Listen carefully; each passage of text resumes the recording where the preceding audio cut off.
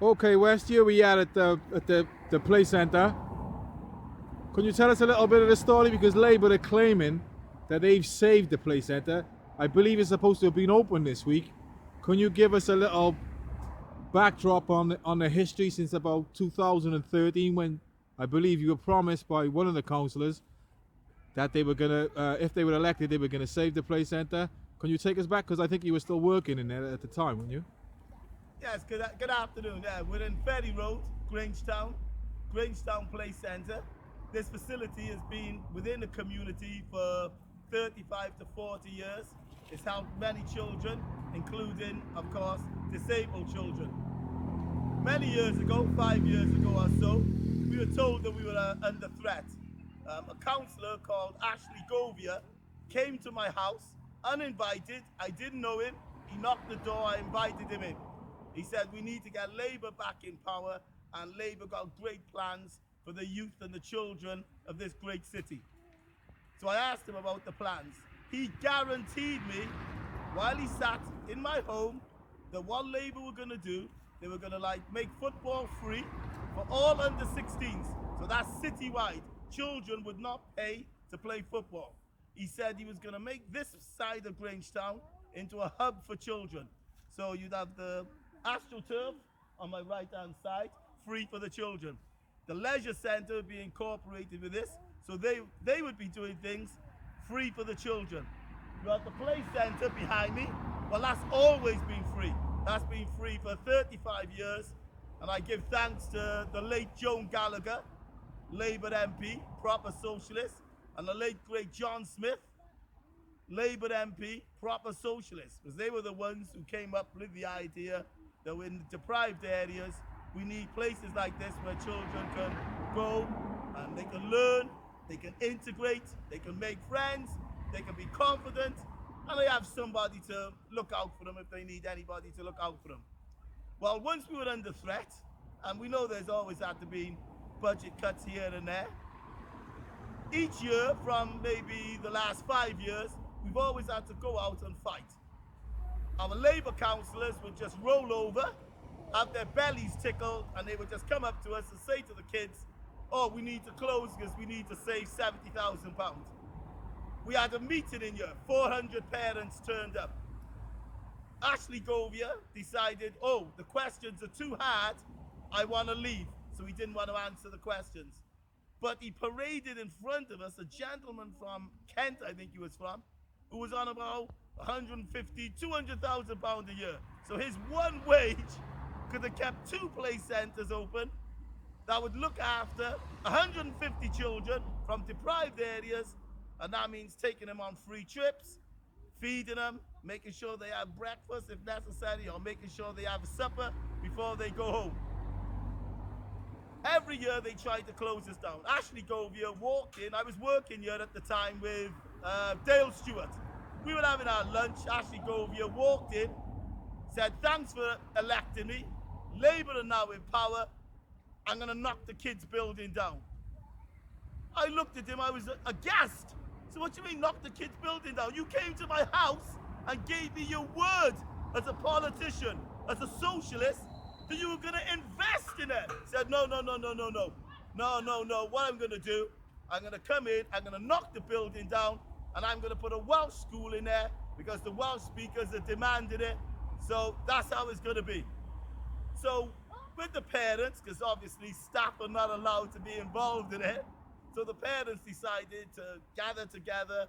They got the kids together, and every year there had to be protests. The only reason this facility stayed open so long for the children of Grangetown was because they had to fight for it. There was children on the cross in there, lying on the floor. There was children taking chairs and tables from inside the building and blocking the road. We had police officers coming here, and even the police had empathy with the children. They could understand why the children were doing it. They had to go to City Hall when they were doing the budget cuts. We tried to speak to the Labour Council. Why are you voting to throw children out of a deprived area, out of the one place that's safe from drugs and pedophiles and all these type of people? Most of the Labour councillors just turned their backs and walked off and done whatever they got to do. So every year, like I said, City Hall, then we went over to County Hall. There was a sitting in County Hall. One of the kids virtually got assaulted because they were trying to throw us off. And all the kids did, they had placards and they were saying, we need somewhere safe to go. We need someone to speak up for us. We need somebody to show that there is a future in Cardiff, there is a future in Wales, and they just need to be led and directed in the right way. I was always brought up that Labour would be that party. But unfortunately, recently, Labour have deserted us. Not Mr. Corbyn, because every time I ask the local councillors, Linda Thorne, Ashley Govia, are you behind Corbyn? Do you believe what Corbyn stands for? None of them will answer. Stephen Doughty, do you believe in what Mr. Corbyn stands for? Will you come out and shout out loud? They're not in it. So as far as I'm concerned, they're not for the people and the grassroots. Now, going back to the centre, it is a vital asset in the community. There's an AstroTurf right there. That AstroTurf has been there for maybe 15 years. There was no Channel View Leisure Centre. In case you didn't hear me, there was no Channel View Leisure Centre. In those 10 years, I had the keys. I would make sure that that facility, the AstroTurf, was free for all children. I didn't want no money. I controlled the lights from inside the building. I put the lights on when the kids wanted it, and there was no problems. We just didn't really have the money to maintain it because I feel they were trying to demoralize us, trying to run us down bit by bit. Now, they promised, don't worry, we're going to invest in the children, we're going to invest in the future. What we'll do, they'll be back in by the beginning of March. You have our word. Linda Thorne promised. See, I will name her because she promised. She cannot say that I'm telling lies. Linda Thorne said we would be back in. For how many days a week? And for how As far as we were concerned, it's been open for 5 days a week for the last 30 years. That's the model, and that's the model we believe that was going to happen. We're now being told, well, you might be able to have 1 hour, 50 minutes now and again. So there's no set plan. So we've gone from 37 hours to 6 hours. Now, I'm not great at maths, but I would say that's at least an 85% reduction. Would our Labour councillors take an 85% pay cut? Would our Assembly ministers, like the Right Honourable Vaughan Gethin, would he take an 85% cut? But I've noticed the play structure's gone, the swings are gone, everything's gone. It doesn't look child-friendly, appetizing for the kids anymore. Have you had any indication what it looks like inside? Well, some of the parents have told me that Steve Doughty wrote him a letter and explained, we got funding for the swings, we got funding for the play structure. We're only taking these things down because they're old and they're not very safe. They've been there a long time. So they said, don't worry, everything's in place. In March 2017, the children will be back in, playing happily and safe. So, are we saying, do you really trust the Labour councillors, especially because the election's next Thursday?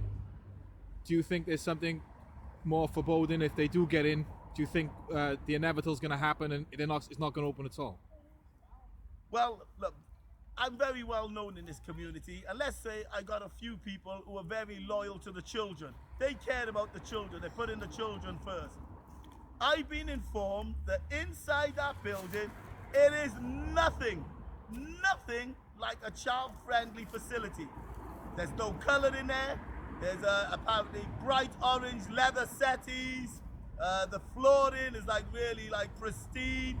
They got artwork that would be in a London gallery, not like a facility where you're having 5, 6, 7, 8-year-olds, children with Asperger's, autism, sickle cell, ADHD.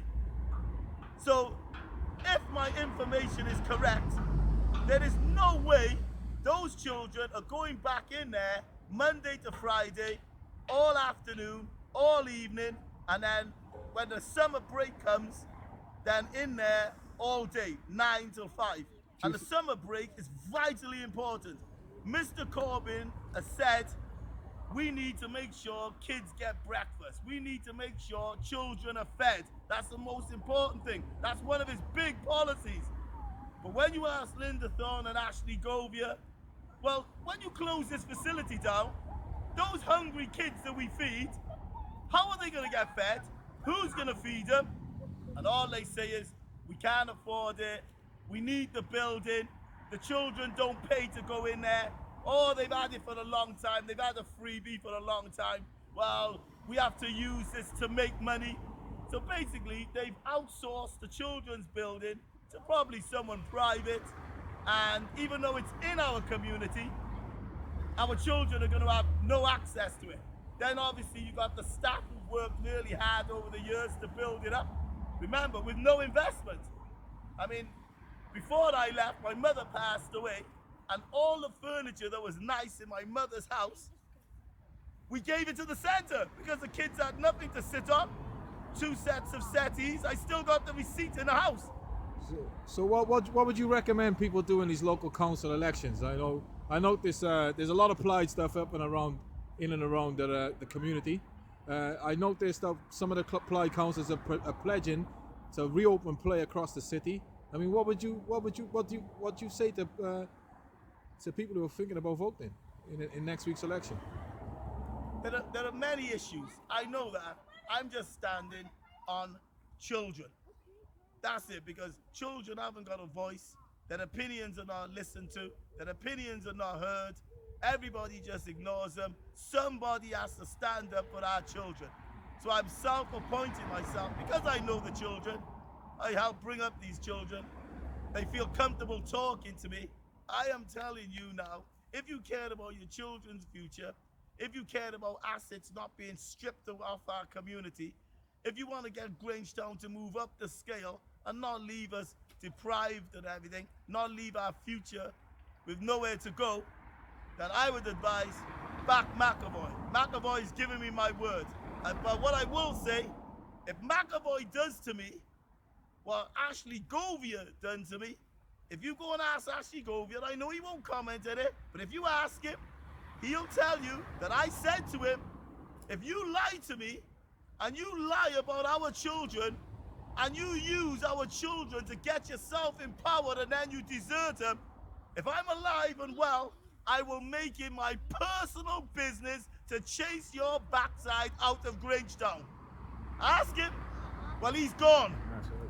So I've done that bit. He's gone because he lied. Now, McAvoy, he's been down here. He's met the kids on a number of occasions, to be fair to him. He's been over the mall, and I'm sure some of you have seen the video, and he's shaking the padlocks, and he can't get in, and he's watching kids putting themselves in danger climbing over the high fence. McAvoy's been over Grange Gardens. He's spoken to the kids. He's spoken to the mothers.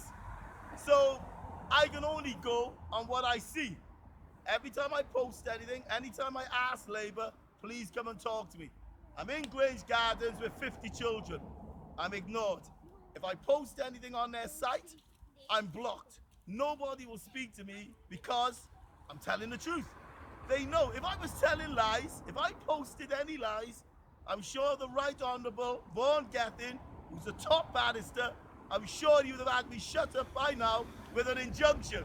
But they won't debate me because they know I will expose that they're not telling the truth. I'm here for the kids. I just want something for the kids. So finally, Wes, to sum it up, what way are you going to vote next week, next Thursday?